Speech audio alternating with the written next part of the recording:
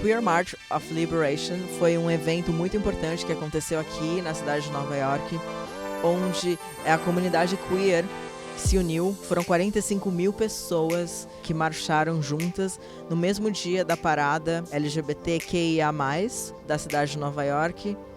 Muito legal que oficialmente os 50 anos de Stonewall usou a sigla estendida LGBTQIA+. Ao mesmo tempo, foi muito interessante que a Queer March of Liberation, na verdade, fez o trajeto oficial que a primeira Gay March, que aconteceu há 50 anos atrás em Stonewall, fez. E a gente está aqui diretamente de Nova York fazendo essa cobertura para o Sex Box. For good or for bad, the other event has become very celebration, which is, celebrating what Pride has become, how far we've come. And that's great. But it's become a celebration and normalization of gay, of lesbian, and to an extent transgender folks. But it's not all of our community. There's still plenty who are left behind, and we still have a long way to go. The estimates for the number of people that were in the march itself was around 45,000 people. On the Great Lawn, we probably kept around 10,000 for most of the day, and by the end, probably we're down to about 5. The Pride Parade has become exceedingly corporate, and it's all about selling those companies to us. It's not about their support of our community. They're not about their support of making us have our rights. It's not about liberation. It is about selling products to us. While yes, they make a very great celebration in that because they have colors and balloons and music, it's lost its heart. There is nothing to celebrate when our people are fucking dying! Protect us from the police! Protect us from criminalization! Don't shame us for the only ways we know how to survive! Today in New York City, there was 2 prides this year. One pride, World Pride in New York City Pride, but one pride. I don't like separating them. We're all here because we're proud. But there's a very commercialized version, and it's crowded, and there's supposedly a couple million, I think, and I want to know what Coca-Cola and Target, but I want to know what some of these banks are doing. They're all like rainbows, and the drugstores are rainbow flag. Do they really understand what the rainbow flag means? Do they take the time to understand what we need in our community? Was there anyone from the corporations here today at the Queer Liberation March? I highly doubt it. And when a corporation decides to tell me on the side of their bottle, why don't you call this number and let us know how we can help your gay community because we would like to give you all a bunch of money? That would be great. I don't see it. It would have been great to see, hey, I work for this bank. I need to know what you need. I'm being serious. It's that fierce. You could have just wrote a t-shirt. We're Citibank. What can we do for you?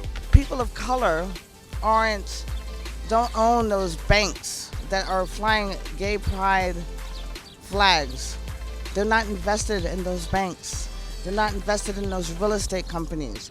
They're not invested in any of that. We're still people of color, underprivileged, ostracized, and queer. So why should I be in this parade that doesn't acknowledge or look at us as somebody who's equal? I love the Pride Parade, but I think it got a little bit too much sponsorship. It kind of diverted itself away from its original intention. So, and it seems to be more male dominated now for some reason. You've seen less and less of, the lead offs, which is supposed to be the dykes on bikes. So we're cutting ourselves off from what we were supposed to have started it off as, just a bunch of queers, transvestite women, gays, lesbians, fighting together so they could stop harassing us. And it's still a fight.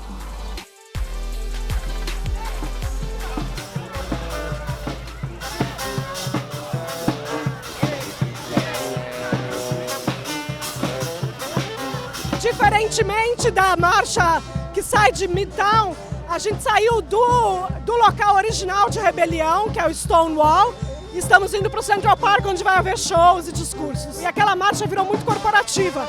Aqui os grupos de resistência, de raiz mesmo, de base, se juntaram para fazer uma marcha sem corporações, sem controle policial, né? E também tanto de protesto quanto de celebração dos 50 anos de Stonewall. I just know, like, the groups that I marched with, it was hard for us to be part of the group or part of the parade without getting a corporate sponsor, and that was kind of weird to me because Pride started off as everybody on the streets coming to join and riot, right?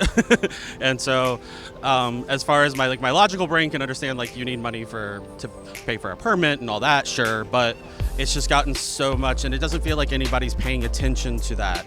And maybe they are, but I don't think they're communicating it, like they're not showing it.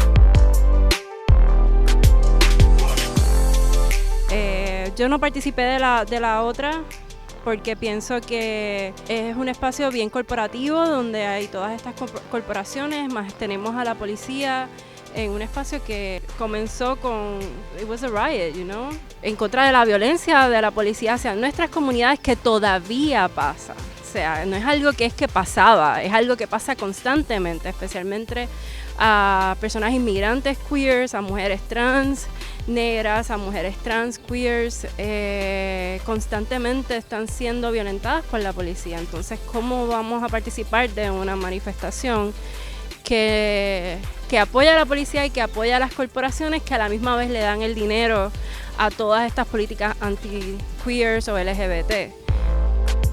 In the United States, not being present at Pride for a company is becoming impossible because employees, consumers, and investors demand that you show that you stand with LGBTI people.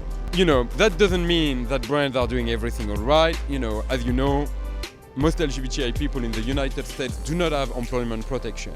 That means that in many states, they can be fired just for the fact of being gay. Trans people are still very often not part of the formal economy. And you don't meet that many trans people that have positions of responsibilities in companies. And that's one of the difficult elements, is that a lot of those companies say, oh, I'm pro-LGBTI, but where is the money?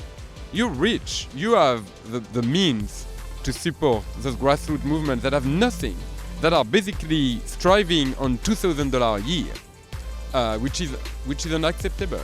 I mean, that's one of the biggest human rights challenges of our time. So that doesn't mean it's perfect. But what it means is that companies kind of understood that they have to stand with the community. We have to continue to have that conversation with companies about what does it really mean to be LGBTI friendly. It doesn't mean being at Pride. It doesn't mean having the rainbow in June. It means being by the side of our community when it comes to the hard work of changing hearts and minds, but also of including our community in the business world.